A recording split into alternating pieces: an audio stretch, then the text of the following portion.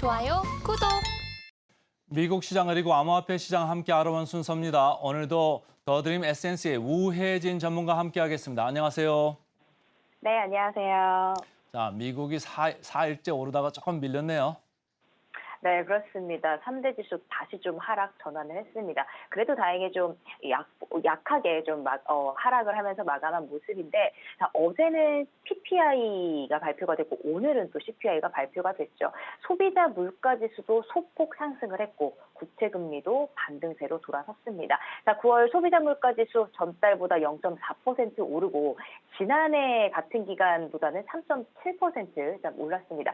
시장 예상치가 3.6%였는데 소폭 상회하는 모습을 보였습니다. 자, 이게 보면은 8월 소비자 물가 상승률과 좀 같은 수치라고 볼 수 있겠습니다. 근원 물가 예상치에 부합을 했는데요. 전달보다 0.3% 오르고 또 지난해 같은 기간보다는 4.1% 올랐습니다. 자, 이번 이 물가 지표에서 주거비 상승세가 가장 큰 영향을 미친 것으로 나타났습니다. 주거비 같은 경우는 전달보다 0.6% 올랐고요. 지난해 같은 기간보다는 7.2%가량 올랐습니다. 이 주거비가 점진적으로 좀 하락을 해서 물가 상승률을 좀 끌어내릴 것으로 기대를 하고 있었는데 주거비 하락세가 좀 빠르게 반영이 되지 않고 있는 모습을 보이고 있습니다. 자, 최근에 좀 안정세를 보였던 국채금리 다시 좀 꼬리를 들어 올렸죠. 10년물 같은 경우는 지난 지금 13bp 정도 하락을 하면서 4.69% 지금 나타냈습니다.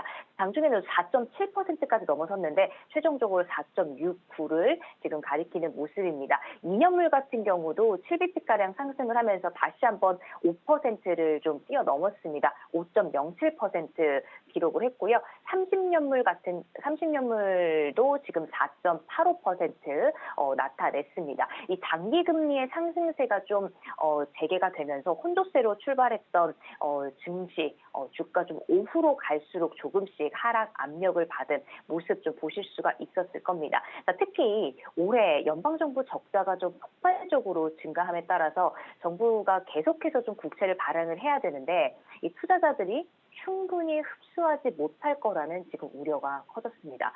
실제로 과거에는 일본과 중국 이런 큰 손이 대거 미국 국채를 좀 매수를 했는데 일본과 중국도 지금 환율 방어로 인해서 미국 국채를 매도하고 있는 상황입니다. 자, 국채 금리가 치솟으면서 달러 인덱스도 지금 달러도 강세 현상을 나타내고 있는데요. 달러 인덱스 지금 조금 올랐습니다. 106.35 가리키면서 오늘 마감을 했습니다. 자, 국제유가 원유 재고가 크게 늘고 있고 좀 수요도나 우려가 커지면서 지금 3거래에 좀 하락세를 이어가고 있는데요. 자, WTI 0.69% 정도 하락을 하면서 지금 83.55달러 가리키고 있습니다. 미국 에너지 정보청에서 발표한 걸 좀 보면요. 지난 6일에 끝났는데요. 한 주간 원유 재고 전주 대비해서 1,017만 배럴 늘어난 4억 2,424만 9천 배럴로 집계가 됐고요. 국제에너지기구는 글로벌 원유 수요 증가치를 기존 100만 배럴에서 88만 배럴로 하향 조정을 했습니다. 자, 연준의 이 당국자들 사이에서도 국채 금리에 이렇게 좀 가파른 상승도 좀 긴축 효과를 나타내고 있다라는 발언이 지금 나오고 있는데요. 이런 부분들 우리가 조금 좀 주목해봐야 될 부분입니다. 자, 콜린슨 연은 총재 같은 경우에 단기 금리의 상승이 이 금융 환경을 일부 좀 긴축을 시키는데 이런 흐름이 계속된다면 단기적으로 추가 긴축 필요성이 조금 줄어들 것 같다라고 좀 이야기를 했어요. 그리고 또 물가 지표는 물가 안정 회복에 시간이 걸린다는 점 이번에 좀 상기시킨다고 좀 다시 한번 언급을 했습니다. 자, 시장에서는 오늘 발표된 이 물가 지수가 조금은 어떻게 보면은 완전히 반가운 소식은 아니지만 그래도 연준이 좀 당분간 관망세를 유지할 걸로 예상을 하고 있는데요. 여러 가지 이슈들로 좀 시장이 쉽지는 않습니다. 실적 시즌까지 더해져 있는 이번 달 좀 전체적인 흐름들 계속해서 등치팔에서 같이 체크해 보시면 좋을 것 같습니다. 9월 CPI가 생각보다 약간 높게 나왔죠. 근데 제가 볼 때 제 눈에 좀 더 거슬리는 거는 달러화 강세입니다. 달러화가 하루에 막 0.9%나 이렇게 좀 달러화 지수가 올랐는데 말이죠. 이렇게 오르면 달러 캐리 자금들이 이렇게 불안하거든요. 그러니까 한국을 떠날 가능성도 좀 있어서 오늘 시장 좀 잘 봐야 되겠다 이런 생각을 해보고요. 자, 개별 특징주로 가볼까요? 미국 자동차 노조가 파업도 하면서 뭐 포드도 빠졌습니다만 테슬라도 좀 같이 밀렸네요. 네, 맞습니다. 지금 뭐 테슬라와 포드 이야기 먼저 해보자면 테슬라 같은 경우에 지금 미국 시장 점유율이 좀 하락을 했다라는 소식을 우리가 좀 볼 수가 있을 것 같습니다. 테슬라 주가 먼저 살펴볼게요. 오늘 2% 넘게 빠진 모습 보실 수 있습니다. 그러니까 지난 분기에 이 미국의 전기차 판매 이 사상 최초로 30만 대를 돌파를 했습니다. 이렇게 최고치를 기록을 했지만 테슬라의 시장 점유율은 좀 하락했다는 소식이 들려왔는데요. 전분기에 62%에서 지금 50%로 하락한 것으로 좀 나타났습니다.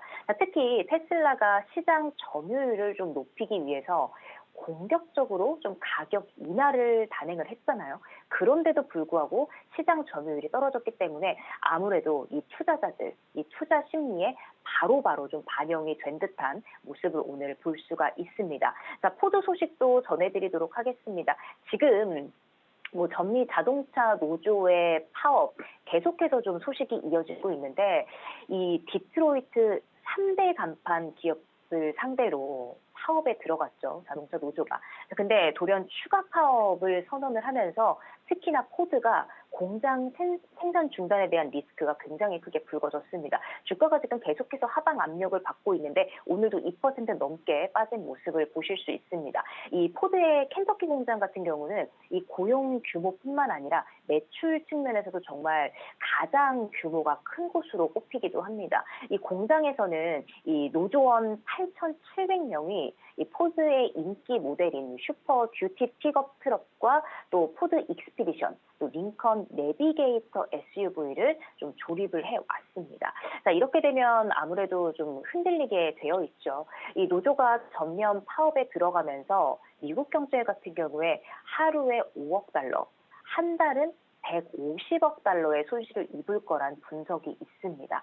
자, 연준에서도 이 노조 파업이 미국의 경제 불확실성을 높이는 요인이라고 지목한 만큼 이 파업 사태가 어느 정도 이어질지 또 어떻게 좀 협상이 이루어져 나갈지 필히 우리가 좀 주목을 해봐야 되겠다라는 소식을 좀 전해드리도록 하겠습니다. 자, 이제 실적 발표 시즌이 본격화되고 있죠. 오늘도 델타항공이 좀 실적 발표를 했는데 여행 수요로 이 3분기 순이익의 약 60%가 좀 급등을 했습니다. 하지만 이 분기 순이익이 좀 예상치를 웃돌았음에도 불구하고 연간 이익 전망치를 좀 하향했다라는 소식에 2% 넘게 하락한 모습으로 마감을 했습니다. 자, 델타항공 그래도 좀 3분기 좀 괜찮았었는데 계속되는 좀 유가 상승, 연료비에 좀 부담도 있었을 테고 이제 좀 4분기에는 여행 수요의 둔화가 나타날 거다. 그래서 여행 관련된 이 섹터들이 조금 전체적으로 좀 흐름이 둔화될 거다라는 분석도 있었잖아요. 아무래도 또 경기가 어려워지고 유가부터 시작해서 여러 가지 겹쳐지는 좀 좋지 않은 소식에 주가의 흐름들 좀 쉽지 않은 모습입니다. 자, 노보노디스크 소식도 좀 전해드리도록 할게요. 어제도 계속해서 소식이 좀 나왔었는데 노보노디스크 지금 2% 상승하면서 마감을 했습니다. 이 정도 계속 움직이는 모습이에요.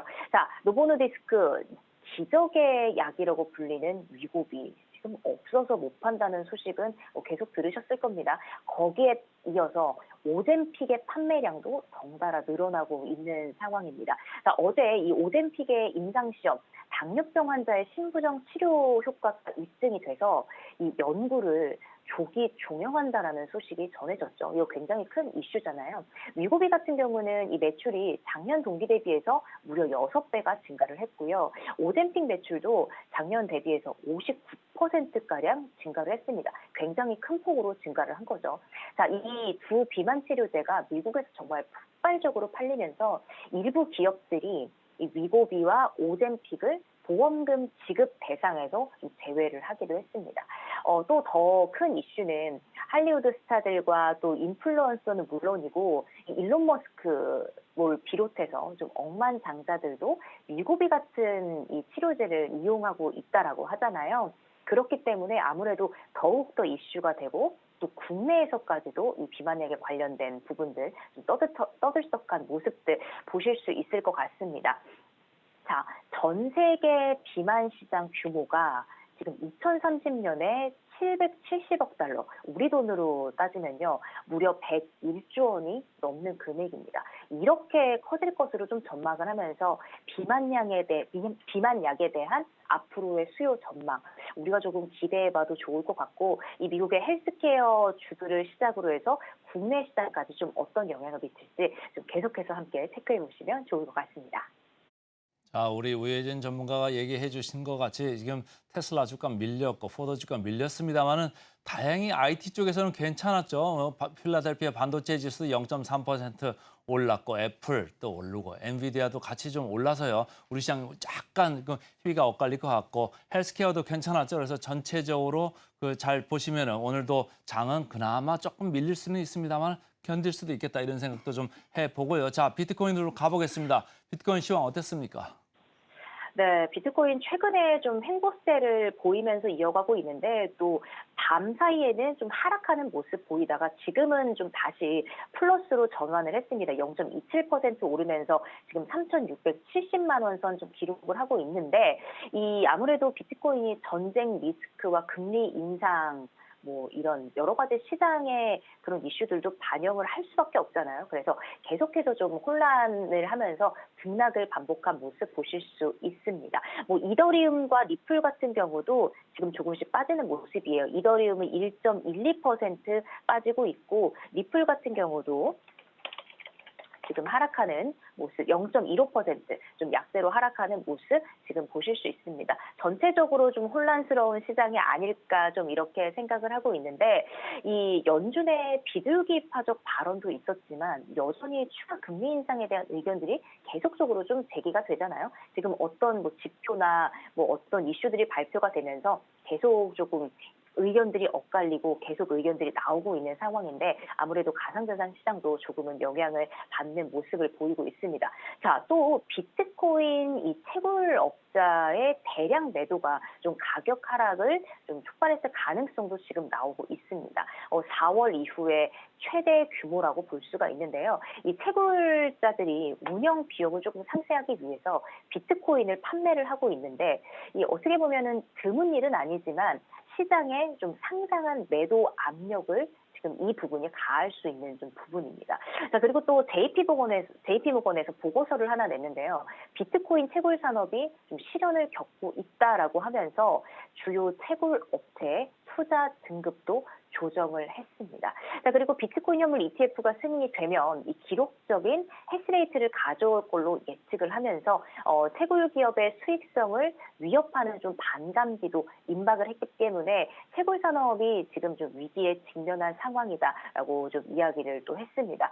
은행 같은 경우는 해시레이트 또 운영 효율성, 뭐 유동성, 전력 계약, 뭐 자금 지원 등등등에 따라서 비즈니스 계획을 또 고려해서 상대적으로 최고의 가치를 제공하는 채굴 기업을 선호를 하는데 요즘에 이런 이슈들 때문에 조금은 좀 투자 등급이나 이런 부분도 좀 하향 조정을 한 모습을 보실 수도 있습니다. 자, 이런 시장의 흐름을 보이면서 공포탐욕 지수 50을 좀 기록을 했었다가 다시 한번 좀 밑으로 내려온 그런 45를 기록한 모습을 보실 수 있습니다. 자, 가상자산을 투자하시는 분들도 여러 가지 이슈 체크하시면서 좀 보수적으로 좀 신중한 투자 판단하시면 좋을 것 같습니다.